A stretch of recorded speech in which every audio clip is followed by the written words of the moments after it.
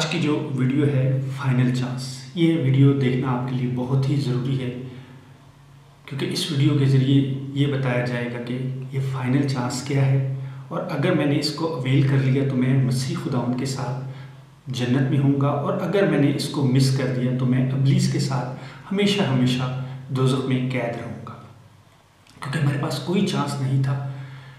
ये हमारे खुदावंद यीशु मसीह ने एक चांस क्रिएट किया जिसको मैंने नाम दिया है फाइनल चांस।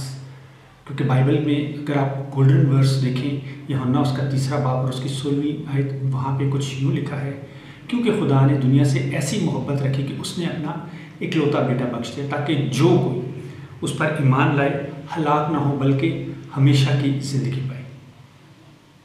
व्यूअर्स, मेरा नाम नवाज़ नथानियल है और अगर वीडियोस का ये सिलसिला आपको अच्छा लग रहा है तो आप चैनल को सब्सक्राइब कर लें और साथ ही बेल आइकन के बटन को प्रेस कर दीजिए ताकि हर नई आने वाली वीडियो की नोटिफिकेशन आपको मिल सके। हमेशा की तरह आज के जो सब टॉपिक्स हैं वो इस दफ़ा 4 हैं।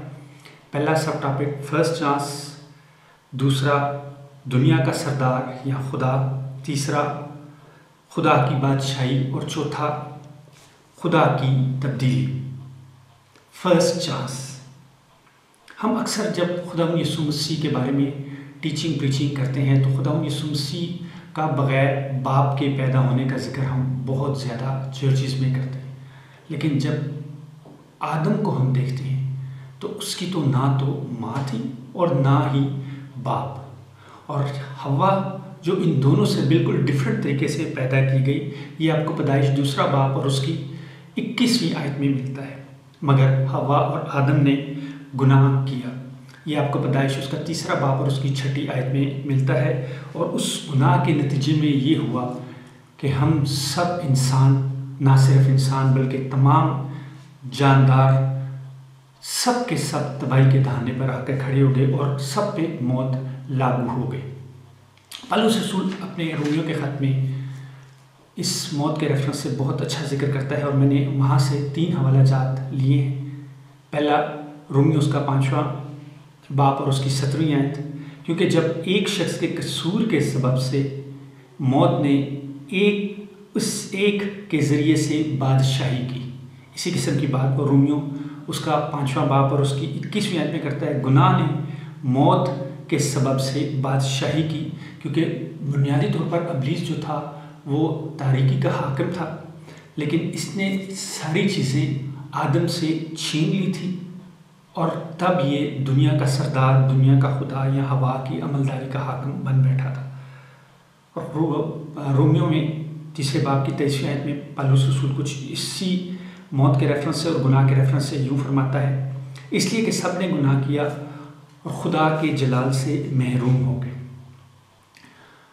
बुनियादी तौर पर इंसान जो था वो कैद के लिए डिज़ाइन नहीं हुआ था, लेकिन जो दुनिया का सरदार था, जो कि हमारा दूसरा सब टॉपिक है, जो कि दुनिया का सरदार था, उसने इसे कैद कर लिया। ये यसाया उसका 14वां बाब और उसकी 17वीं आयत में मिलता है, जिसने अपने असीरों को आज़ाद ना किया कि वो घर की तरफ जाए।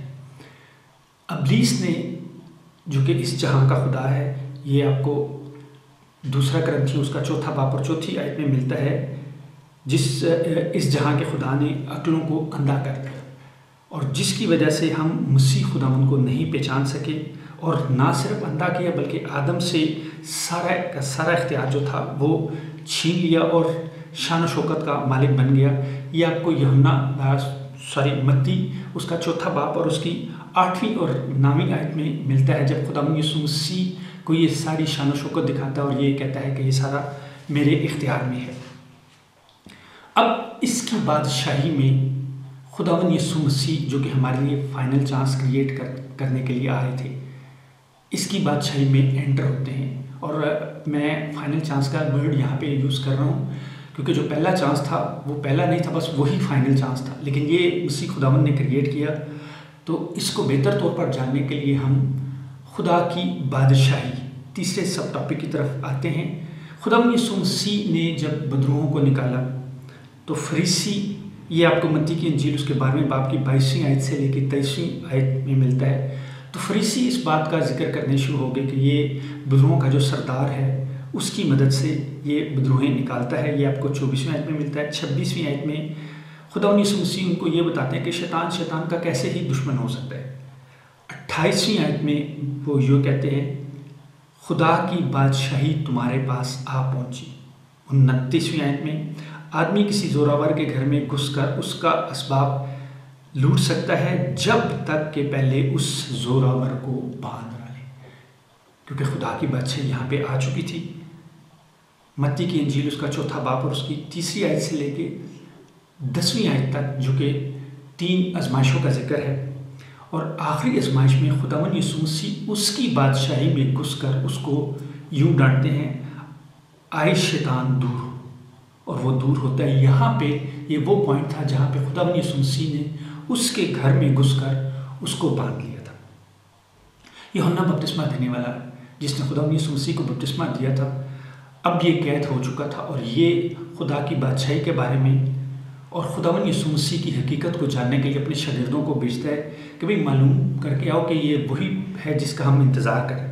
तो खुदावंद यीशु मसीह ये आपको मत्ती उसके 11वें बाब की 2री आयत से लेकर 5वीं आयत में मिलता है। तो खुदावंद यीशु मसीह यूँ फरमा रहे हैं, अंधे देखते हैं और लंगड़े चलते हैं और कोढ़ी पाक साफ किए जाते हैं और बहरे सुनते हैं और मुर्दे जिंदा किए जाते हैं और गरीबों को खुशखबरी दी जाती है। अंधापन, लंगड़ापन, मुर्दे जिंदा करना, इन सब का तल्लक गुनाह के साथ था और खुदावंद यीशु मसीह ने उस गुनाह को धो दिया। अब हमें जो ज़रूरत है खुदावंद यीशु मसीह को अपना शख्सी निजात दहिंदा कबूल करने की, तो मेरे साथ अगर आप 4था टॉपिक देखें, खुदा की तब्दीली।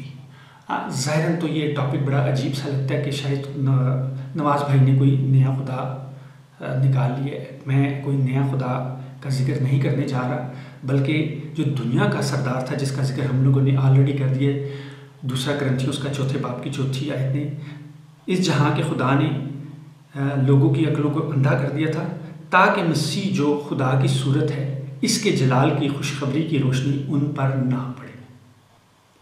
और अगर हम इस दुनिया के खुदा को खुदावंद यीशु मसीह के साथ रिप्लेस करते हैं, क्योंकि अगर आप रोमियो उसका 10वां बाब और 9वीं आयत देखें कि अगर तू अपनी ज़ुबान से यीशु के खुदावंद होने का इकरार करे, इसका मतलब है दुनिया के सरदार को मुझे अब रद्द करना है और मसीह खुदावंद को अपना लॉर्ड डिक्लेयर करना है। अब उसको मैं लॉर्ड डिक्लेयर क्यों करूं? क्योंकि आगे वही कहता है कि खुदा ने उसे मुर्दों में से जिलाया, यानी कि जिंदा किया।